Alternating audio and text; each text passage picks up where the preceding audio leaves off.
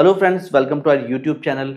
आज का वीडियो खास तौर से उन लोगों के लिए है जो ट्रेडिंग जीरो से स्टार्ट करना चाहते हैं। अगर आप भी ट्रेडिंग सीखना चाहते हैं लेकिन आपको ट्रेडिंग के बारे में ज़्यादा जानकारी नहीं है, स्टॉक मार्केट क्या होता है, ये किस तरह से काम करता है, कैसे आप ट्रेडिंग को सीख सकते हो, उसके लिए आपको क्या कोई स्पेशल एजुकेशनल बैकग्राउंड चाहिए, आपको सीखने के लिए किन किन चीज़ों की, क्या इक्विपमेंट्स, क्या सॉफ्टवेयर्स की आपको ज़रूरत पड़ेगी, कैसे आप ट्रेडिंग या स्टॉक मार्केट से एक साइड अर्निंग जनरेट कर सकते हैं और कैसे इन चीज़ों को डे बाय डे प्रैक्टिस करके इसको फुल टाइम करियर भी बना सकते हैं। तो इन सारी चीज़ों पे डिटेल में बात करने वाले हैं, तो वीडियो को एंड तक ज़रूर देखना। अगर मैं ट्रेडिंग को डिफाइन करूं बिल्कुल सिंपल लैंग्वेज में, तो ट्रेडिंग का सीधा सा मतलब होता है कि किसी भी चीज़ को ट्रेड करना, मतलब कम प्राइस में खरीद के उसको ज़्यादा प्राइस में बेचना प्रॉफिट बनाने के लिए। ट्रेडिंग सीखने के लिए सबसे पहले हमको स्टॉक मार्केट को समझना ज़रूरी है। तो सबसे पहले हम बात करते हैं कि स्टॉक मार्केट क्या होता है, किस तरह से ये काम करता है और किस तरह से यहाँ से पैसा बनाया जा सकता है। सो फ्रेंड्स, स्टॉक मार्केट से दो तरीके से पैसा बनाया जा सकता है। पहला है इन्वेस्टमेंट और दूसरा है ट्रेडिंग। इन्वेस्टर वो होता है जो स्टॉक मार्केट में पैसा लगाता है और एक लंबे टाइम पीरियड तक उस पैसे को वहां पे इन्वेस्ट करके रखता है। उसका व्यू वहां पे 1 साल हो सकता है, 1 साल से ज्यादा हो सकता है, या फिर हो सकता है कुछ महीने तक का भी हो सकता है।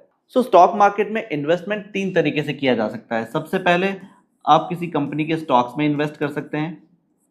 दूसरा, आप यहाँ पे म्यूचुअल फंड्स में इन्वेस्ट कर सकते हैं जिनको हम एसआईपी कहते हैं। और तीसरा तरीका होता है ईटीएफ, जिनको हम एक्सचेंज ट्रेडेड फंड भी कहते हैं। इन तीन मेथड से हम स्टॉक मार्केट में इन्वेस्ट कर सकते हैं। बात करते हैं ट्रेडिंग की, तो यहाँ पे भी ट्रेड करने के लिए डिफरेंट सेगमेंट्स होते हैं, जैसे equity, commodities, futures and options जिनको हम शॉर्ट में एफएनओ भी कहते हैं, forex and crypto currency. Forex trading India में लीगल नहीं है, तो आज के वीडियो में इसके बारे में हम कोई बात नहीं करेंगे। एंड क्रिप्टो को भी रेगुलेट करने वाली कोई ऑथराइज बॉडी नहीं है, तो इसके बारे में भी हम आज बात नहीं करेंगे। तो अगर आप ट्रेडिंग में बिल्कुल नए हैं तो हो सकता है ये तीनों सेगमेंट्स आपके लिए बहुत ज्यादा टेक्निकल हो रहे हो, तो इनको वन बाय वन मैं आपको एक्सप्लेन करके समझाता हूँ। सो अगर बात करें ट्रेडिंग की, तो ट्रेडिंग में जो सबसे सेफेस्ट सेगमेंट माना जाता है वो होता है इक्विटी। अब इक्विटी में हम उन कंपनीज में ट्रेड कर सकते हैं जो इंडियन स्टॉक मार्केट में लिस्टेड हैं। वो कंपनीज जो हमारे एक्सचेंज लाइक एनएससी और बीएसई पे ट्रेड करते हैं और जिन कंपनीज के स्टॉक्स इन एक्सचेंज पे ट्रेड करते हैं, इन स्टॉक्स को हम खरीद और बेच सकते हैं। और ये सेगमेंट सबसे सेफेस्ट सेगमेंट माना जाता है comparatively other segments. Second segment है दोस्तों कमोडिटीज। कमोडिटीज बेसिकली वो एंटिटीज होती है जो हमको नेचर से मिलती है, जिनका मैन्युफैक्चरिंग नहीं किया जा सकता। कमोडिटीज में हम उन एंटिटीज में ट्रेड करते हैं जो हमको नेचर से मिलती है। कमोडिटीज में ट्रेड करने के लिए जो सबसे पॉपुलर एंटिटीज हैं फ्रेंड्स, वो है सिल्वर, गोल्ड, क्रूड ऑयल जिसको मदर ऑफ ऑल कमोडिटीज भी बोला जाता है। अब यहाँ पे इन एंटिटीज में ट्रेड करने के लिए हम इनके फ्यूचर्स एंड ऑप्शन के अंदर ट्रेड करते हैं, क्योंकि यहाँ पे जब हम ट्रेड करते हैं तो हमको इन चीज़ों की कोई फिजिकल डिलीवरी नहीं मिलती है, बल्कि इनके कॉन्ट्रैक्ट मिलते हैं। और ये कॉन्ट्रैक्ट जो है वो फ्यूचर्स एंड ऑप्शन की फॉर्म में हो सकते हैं। अब फ्रेंड्स, फ्यूचर एंड ऑप्शन अपने आप में एक बहुत ही वास्ट टॉपिक है और उसको डिटेल में समझने के लिए हम किसी दिन किसी और वीडियो में इसको डिटेल में समझेंगे। अभी के लिए आप ये समझ लीजिए कि फ्यूचर एंड ऑप्शन एक तरह के डेरिवेटिव्स होते हैं। डेरिवेटिव्स फ्रेंड्स बेसिकली वो एंटिटीज होती है जिनकी खुद की कोई वैल्यू नहीं होती, वो अपनी वैल्यू कहीं और से डिराइव करते हैं। सपोज करते हैं कि हम सिल्वर का एक फ्यूचर का लॉट खरीदते हैं, तो वो अपने आप में क्या है, एक डेरिवेटिव है। और उस डेरिवेटिव की वैल्यू तब बढ़ेगी या घटेगी जब सिल्वर की वैल्यू या सिल्वर की प्राइस जो है वो अप या डाउन होगी। बात करें अगर रिस्क की, तो इक्विटी जहां सबसे सेफेस्ट सेगमेंट माना जाता है, कमोडिटीज में जो रिस्क है वो इक्विटी से थोड़ा सा ज्यादा बढ़ जाता है। और इसका बढ़ने का रीजन जो है वो है लेवरेज। जब भी हम ट्रेड करते हैं फ्रेंड, तो हमें वहां पे एक लेवरेज मिलता है। लेवरेज का बेसिकली मतलब होता है कि जो भी कैपिटल के साथ हम ट्रेड करना चाह रहे हैं, हमें उससे ज्यादा क्वांटिटी ट्रेड करने को मिलती है। तो इक्विटी में जो लेवरेज होता है फ्रेंड्स, वो होता है अप टू 5x, मतलब 5 गुना। इसको हम इजी लैंग्वेज में समझते हैं। सपोज करिए कोई बिगिनर ट्रेडर जो है वो 10,000 के कैपिटल के साथ में ट्रेड करना चाहता है, तो अगर वो सिर्फ 10,000 से ट्रेड करेगा तो ये अपने आप में एक छोटा छोटा कैपिटल है, और यहाँ पे जो रिटर्न रहेंगे परसेंटेज में, वो अमाउंट भी काफी छोटा रहेगा। तो बेसिकली यहाँ पे 5x लेवरेज मिलने से क्या होगा कि वो 10,000 के कैपिटल को यूज करके 50,000 तक की क्वांटिटी में ट्रेड कर सकता है। अब यहाँ पे अगर उसका ट्रेड सक्सेसफुल जाता है तो उसका जो प्रॉफिट मार्जिन रहेगा वो भी 50,000 के अकॉर्डिंग रहेगा, और अगर लॉस होता है तो वो लॉस भी 50,000 की कैपिटल के अकॉर्डिंग रहेगा। बात करते हैं कमोडिटीज में लेवरेज की, तो क्योंकि यहाँ पे ट्रेड करने के लिए बहुत सारी एंटिटीज हैं like silver, gold, crude oil, natural gas, copper, nickel, tungsten, platinum and many more. तो डिपेंड करता है कि हम किस एंटिटी में ट्रेड करते हैं, लेकिन यहाँ पे जो लेवरेज रहता है वो अप टू 12x रह सकता है। अब हो सकता है अगर आप गोल्ड में ट्रेड कर रहे हो तो आपका लेवरेज हो सकता है वहां पे 11 गुना हो, 11x हो। सिल्वर में जब आप ट्रेड करेंगे तो वहां पे लेवरेज आपका 6x रह सकता है, बट मैक्सिमम जो आपका लेवरेज रहेगा वो 12x रहेगा। और जैसे जैसे आपका लेवरेज बढ़ता जाएगा वैसे वैसे आपका रिस्क भी बढ़ता जाएगा। दैट मीन्स अगर आप ट्रेड करते हो इक्विटी में या कमोडिटीज में और आपका ट्रेड सक्सेसफुल जाता है तो आपको प्रॉफिट के चांसेस कमोडिटीज में ज्यादा रहेंगे, लेकिन अगर वो ट्रेड आपकी लॉस में जाती है तो इक्विटी के कंपैरेटिवली ज्यादा लॉस भी आपको कमोडिटीज में होगा, क्योंकि यहाँ पे लेवरेज ज्यादा है। किसी भी सेगमेंट का अगर आपको रिस्क समझना है तो आपको सबसे पहले ये चेक करना पड़ेगा कि वहां पे लेवरेज कितना मिल रहा है। जितना ज्यादा लेवरेज उतना ही ज्यादा वहां पे रिस्क रहेगा। और अगर बात करें ट्रेडिंग में सबसे ज्यादा रिस्क की सेगमेंट की तो वो है फ्यूचर्स एंड ऑप्शंस। अब बात करें फ्यूचर्स एंड ऑप्शंस की तो यहाँ पे अलग अलग सेगमेंट के फ्यूचर एंड ऑप्शन हो सकते हैं। जैसे बात करें हम इक्विटी की तो इंडिया की जो टॉप 200 कंपनीज हैं जिनको हम FNO 200 कंपनीज भी बोलते हैं, इन सभी कंपनीज के फ्यूचर एंड ऑप्शंस अवेलेबल होते हैं। अगर बात करें हम इंडिया के मेजर इंडिसेस की like Nifty, bank Nifty, Sensex, Fin Nifty, Bankex and many more, उन इंडेक्स की अगर हम बात करें तो उनके फ्यूचर एंड ऑप्शन में हमको अप टू 100x तक का लेवरेज भी मिल सकता है। अब आप यहाँ पे समझ सकते हैं कि जहाँ पे 5x और 12x लेवरेज मिलने पे हमारा जो कैपिटल है उससे 5 या 12 गुना ज्यादा क्वांटिटी हम खरीद या बेच सकते हैं। तो जहाँ पे हमारा लेवरेज अगर 100x हो जाएगा तो हमारा जो टोटल कैपिटल है उससे हम 100x ज्यादा क्वांटिटी में ट्रेड कर सकते हैं। सपोज करिए आपने 10,000 के कैपिटल से ट्रेड किया तो उसकी एक्चुअल क्वांटिटी आपको जो मिलेगी उसकी जो वैल्यू होगी वो 10 लाख होगी। तो यहाँ पे अगर ट्रेड 1 या 2% भी आपके फेवर में या अगेंस्ट जाता है तो आपको वो जो रिटर्न या जो रिस्क रहेगा वो 10,000 पे नहीं होके वो 10 लाख पे होगा। वहां पे जो 2 या 3% का जो रिस्क या रिवॉर्ड है वो 10 लाख का रहेगा। तो आप सोच सकते हैं कि यहाँ पे आपका कैपिटल कितने ज्यादा रिस्क पे हो सकता है। अब बात करते हैं कि ट्रेडिंग स्टार्ट करने के लिए आपको किन किन चीजों की जरूरत पड़ेगी। तो फ्रेंड्स, जब भी आप ट्रेड करना स्टार्ट करेंगे, आप स्टॉक मार्केट में इन्वेस्ट करेंगे तो सबसे पहले आपको जरूरत पड़ती है एक डीमैट अकाउंट की।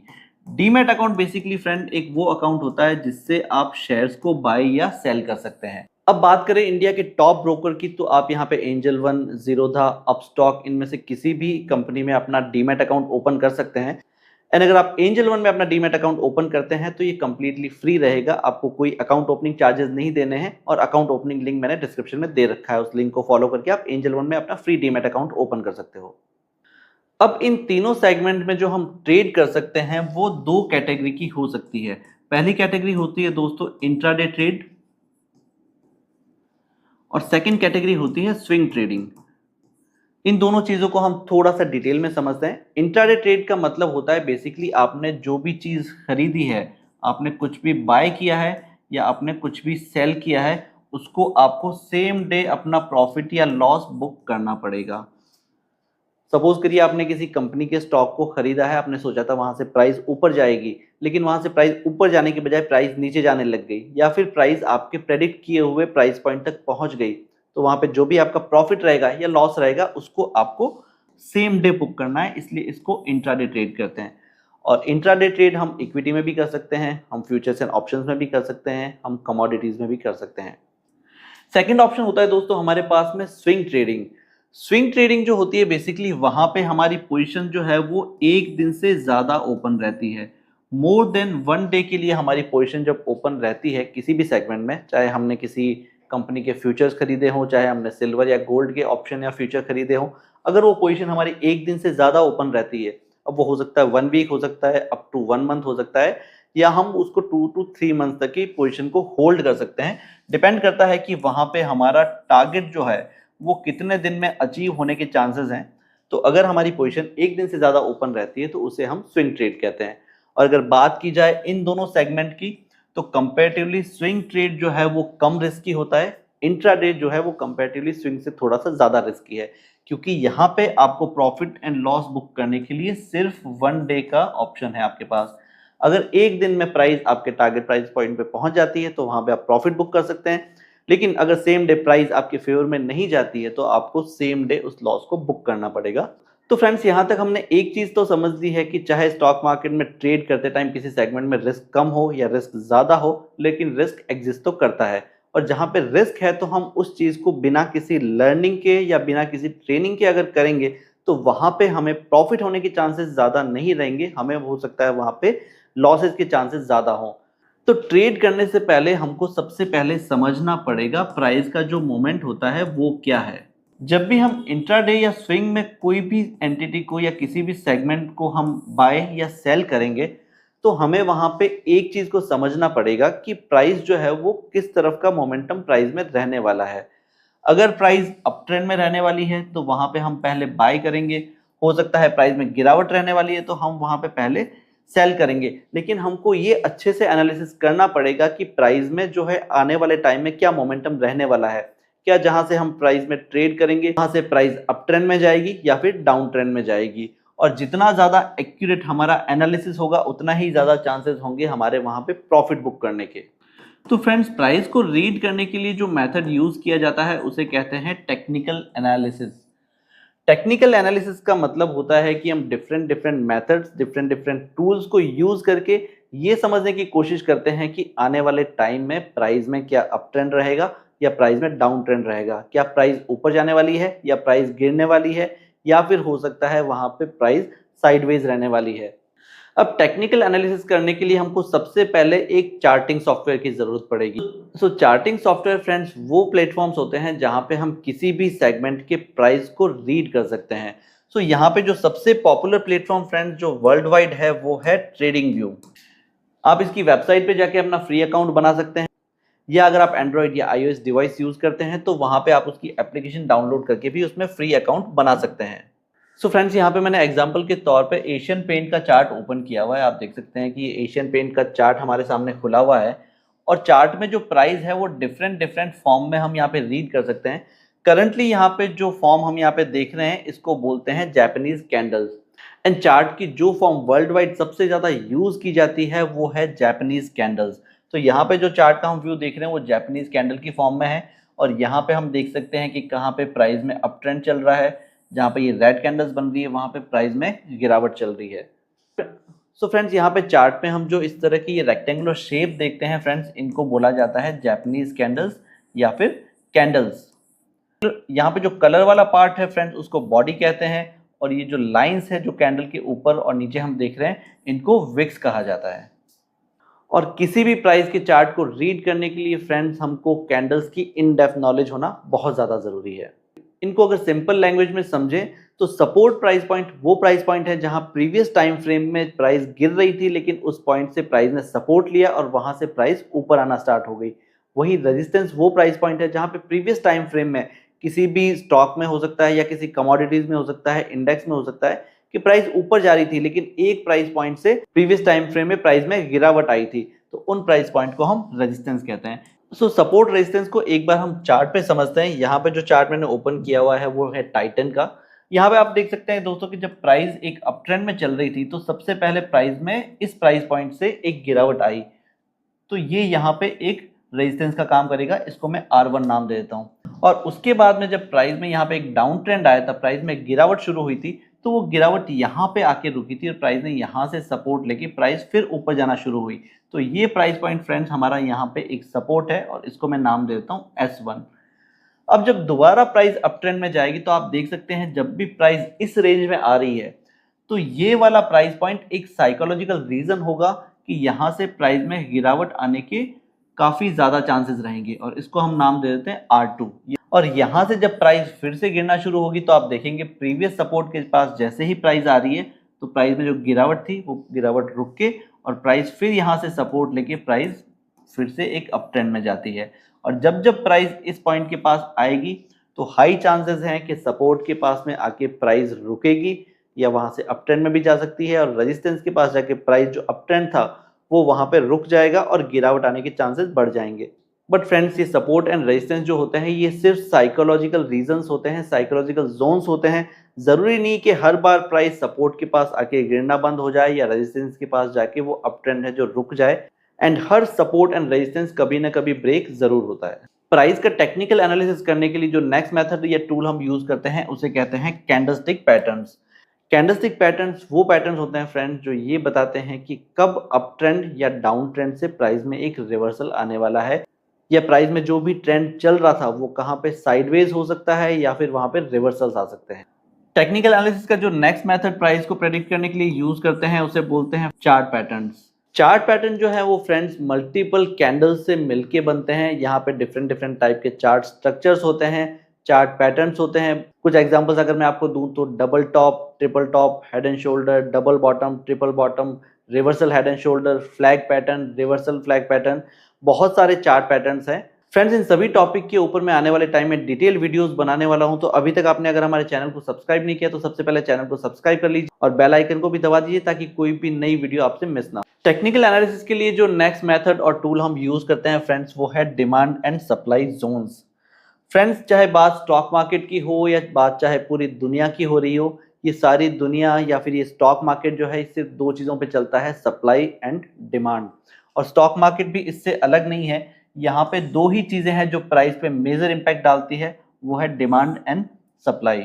अगर किसी चीज़ की डिमांड बढ़ रही है लेकिन उसके कंपैरिजन में सप्लाई उतनी ज़्यादा नहीं बढ़ रही तो उस चीज़ की प्राइस बढ़ेगी। वहीं अगर किसी चीज़ की सप्लाई बहुत ज़्यादा बढ़ रही है लेकिन डिमांड उसके कंपैरिजन में इतना नहीं बढ़ रही है तो उस चीज़ की प्राइस जो है वो क्या होगी, गिरेगी। एंड स्टॉक मार्केट में भी प्राइस को प्रेडिक्ट करने के लिए, एनालिसिस करने के लिए हमको डिमांड एंड सप्लाई जोन्स को समझना बहुत ज़्यादा ज़रूरी है कि वो कौन से प्राइस पॉइंट है जहाँ पे किसी चीज़ को बहुत ज़्यादा खरीदा जा चुका है। और अगर किसी चीज़ को बहुत ज़्यादा खरीदा जा चुका है तो एक प्राइस पॉइंट जरूर आएगा जहां पे उसकी प्रॉफिट बुकिंग होगी। तो हमको ये समझना बहुत ज़्यादा ज़रूरी है कि किस स्टॉक की या किस कमोडिटी की डिमांड एंड सप्लाई कहाँ पे बहुत ज़्यादा बढ़ रही है या फिर बहुत ही ज़्यादा घट रही है। नेक्स्ट टूल जो हम यूज़ करते हैं प्राइस को प्रेडिक्ट करने के लिए या फिर एनालिसिस करने के लिए वो होता है फ्रेंड्स टेक्निकल इंडिकेटर्स।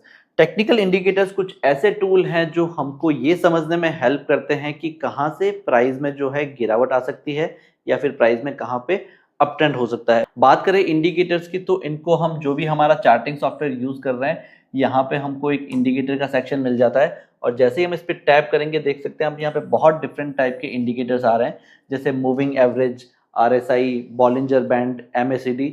इस तरह के बहुत से टेक्निकल इंडिकेटर्स हैं जो हमको थोड़ा बहुत हेल्प करते हैं ये समझने की प्राइस में आने वाले टाइम में क्या मोमेंटम रहने वाला है। सो फ्रेंड्स, टेक्निकल एनालिसिस करने के लिए इन टूल्स एंड मेथड्स के अलावा और भी काफी सारी चीजें हैं जो हमको प्राइस का एनालिसिस करने में हेल्प कर सकती है, लेकिन उन सारी चीजों का डिस्कशन अगर हम एक वीडियो में करेंगे तो आज की वीडियो बहुत ही ज्यादा बड़ी हो जाएगी। सो उन टेक्निक्स का डिस्कशन हम आने वाले वीडियोज में करेंगे। तो फ्रेंड्स, ये था आज का वीडियो ट्रेडिंग के बेसिक्स एंड फंडामेंटल्स को लेके, खास तौर पे उन लोगों के लिए जिनके लिए ट्रेडिंग एक बिल्कुल ही नया सब्जेक्ट है, जो ट्रेडिंग सीखना चाहते हैं बिल्कुल जीरो से, लेकिन उनको ट्रेडिंग के बेसिक्स के बारे में ज्यादा जानकारी नहीं है। अगर आपको आज का वीडियो इन्फॉर्मेटिव लगा हो तो आप लाइक करके, कमेंट करके हमको जरूर बताएं। वीडियो को अपने उन दोस्तों के साथ शेयर जरूर करते हैं जो ट्रेडिंग सीखना चाहते हैं बिल्कुल जीरो से, बेसिक से। साथ ही अगर आप किसी स्पेसिफिक टॉपिक के ऊपर एक डिटेल वीडियो चाहते हैं तो उस टॉपिक का नाम हमको कमेंट में जरूर बताएं। हम पूरी कोशिश करेंगे कि आने वाले टाइम में उस टॉपिक पे एक डिटेल वीडियो आप लोगों के लिए लेके आए। एंड फ्रेंड्स, आने वाले टाइम में हम ट्रेडिंग एंड स्टॉक मार्केट के ऊपर बहुत ही डिटेल एंड इन्फॉर्मेटिव वीडियोस आपके लिए लेके आने वाले हैं, तो चैनल को सब्सक्राइब नहीं किया तो अभी के अभी सब्सक्राइब कर लें। मिलते हैं नेक्स्ट वीडियो में, तब तक अपना ख्याल रखें। जय हिंद, वंदे मातरम।